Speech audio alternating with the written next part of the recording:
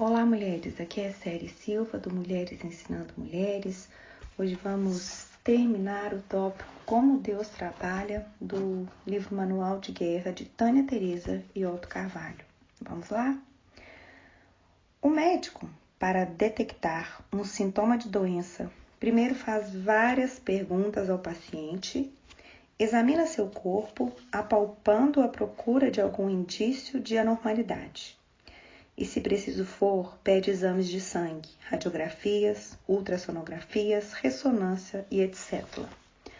Ao final, após o resultado dos exames, faz uma análise cuidadosa e, constatando qual a doença, prescreve o remédio, ou, se for o caso, submete o paciente a uma cirurgia para extrair o mal. Quase sempre, ele só poderá discernir a doença após o resultado da pesquisa. Mozi Madugba, com prática no combate espiritual, escreve em seu livro 4 níveis do combate espiritual. O mapeamento espiritual é o ato de estudar e examinar a vida e a existência de um indivíduo, de uma família, de uma organização, de uma instituição, de um local designado ou de um país com o objetivo de determinar sua história espiritual e geográfica, desde sua fundação, criação e, no caso do Brasil, seu descobrimento. Na verdade, determinar a vida da cidade ou localidade em questão.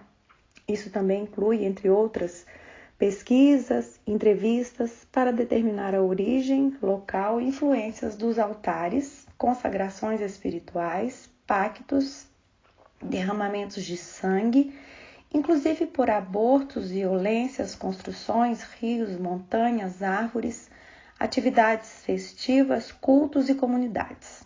Sociedades que têm importância espiritual para as pessoas, os processos de entronização dos reis e governadores da terra, as práticas associadas com todas as festividades locais, os grupos culturais e as associações nativas e suas práticas.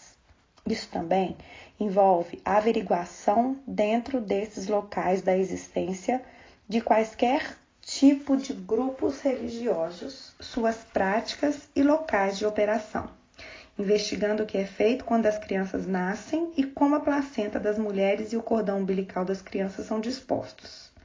Descobrir os processos de sepultamento dos mortos nesses lugares, como os lugares de comércio são estabelecidos e o local onde os processos de administração da justiça e de resolução dos casos, como são feitas as cerimônias para anunciar a puberdade de uma garota e a maturidade de um garoto para a comunidade. Em alguns lugares, muitos precisam encontrar suas origens, as razões e os processos envolvidos nesses acontecimentos. Uma verificação cuidadosa em como as filhas deles são oferecidas em casamento deve ser estudada. Também no levantamento deve estabelecer os pontos-chave de comando da cidade, suas influências. A prefeitura, o secretariado, os delegados, o comandante do batalhão de polícia, os juízes, vereadores, a mídia local e na esfera espiritual, bispo, padre, pastores, todos aqueles com influência na localidade como presidente do conselho de pastores, etc. A finalidade é estabelecer os elementos-chave que têm que ser alcançados para que a cidade seja alcançada por um todo. Para que isso aconteça, os pontos-chave da cidade têm que ser alcançados. No mínimo, nesses pontos de comando devem estar nas mãos de homens de bem. George Ortiz Júnior escreveu em Quebrando as Fortalezas de Sua Cidade, publicado por Peter Wagner: se nós queremos entender por que as coisas estão do jeito que estão nos dias de hoje, nós devemos primeiramente examinar o que aconteceu ontem. Nós devemos resolver os enigmas sobre as origens das fortalezas territoriais. O apóstolo Paulo escreve em Atos 17, 26, de um só fez toda a raça humana para habitar sobre toda a face da terra, havendo fixado os tempos previamente estabelecidos e os limites de sua habitação. Salmo 87, 6, o Senhor, ao registrar os povos, dirá, este nasceu lá. Essas passagens bíblicas nos autorizam a crer que existe uma ligação espiritual com o lugar onde nascemos. Isso explica nosso apego ao lugar de origem. Por essa razão, muitos na velhice voltam para o lugar de seu nascimento. Explica também o que ocorre quando em lugares de alagamentos, deslizamentos de terra e terremotos, onde casas são destruídas, mesmo em situação de risco, as pessoas voltam a construir, voltando a residir onde nasceram. O mapeamento deve incluir a identificação dos dons redentores dos povos em questão, levando em conta que cada comunidade tem uma característica. Foi Deus que os plantou nesse lugar. Os dons redentores são potencialmente concedidos por Deus, os quais, quando abençoados por Ele, proporcionam aos habitantes de um local os meios de subsistência e reconhecimento sobre a terra. Cada lugar tem sua característica, seus dons, sua vocação, sua potencialidade, seus recursos, suas habilidades. Nossa função é detectar o potencial da região para resgatar a vocação do local, para que a prosperidade possa alcançar as pessoas. Assim ocorre a redenção. A cidade de Recife é a cidade do Brasil com a maior incidência de crianças vivendo nas ruas. São gerações de rua, filhos de filhos e filhos de rua.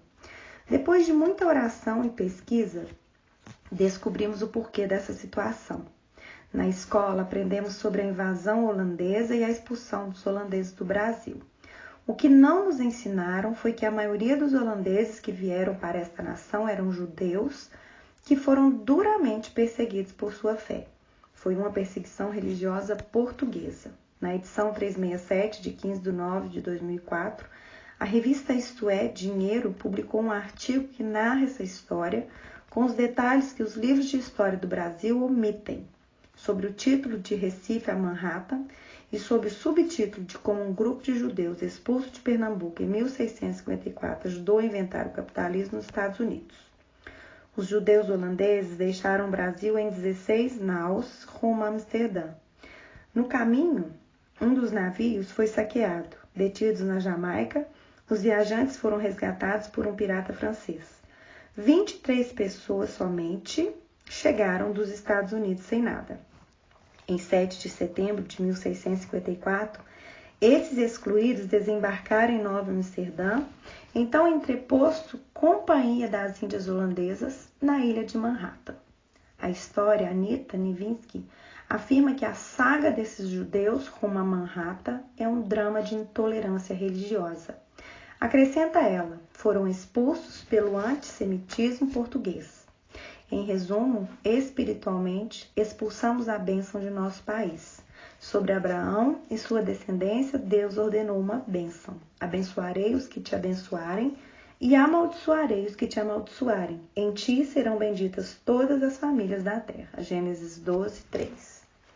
Os dons dados por Deus são irrevogáveis. O apóstolo Paulo, falando sobre a descendência de Abraão, afirma em Romanos 11:28-29. Quanto ao evangelho, são eles inimigos por vossa causa. Quanto, porém, à eleição, amados, por causa dos patriarcas, porque os dons e a vocação de Deus são irrevogáveis. Reconhecimento do pecado, arrependimento, pedido de perdão, reconciliação e restituição podem trazer remissão à terra. A missão do Filho de Deus foi salvar, a criação e restaurar todas as coisas. Ele veio para reconciliar o mundo com o Pai. Muito já fez a igreja no Brasil para a remissão da terra. Em Recife, especificamente, quanto à sua história, em uma conferência profética provida pela Coalizão Apostólica em um ato profético, descendentes dos que expulsaram pediram perdão aos descendentes dos que foram expulsos, em atos de reconciliação pública. Certamente que esses atos moveram o mundo espiritual e a repostar dar-se-á no mundo natural. Vamos terminar por aqui e no próximo áudio vamos continuar esse tópico. Deus abençoe.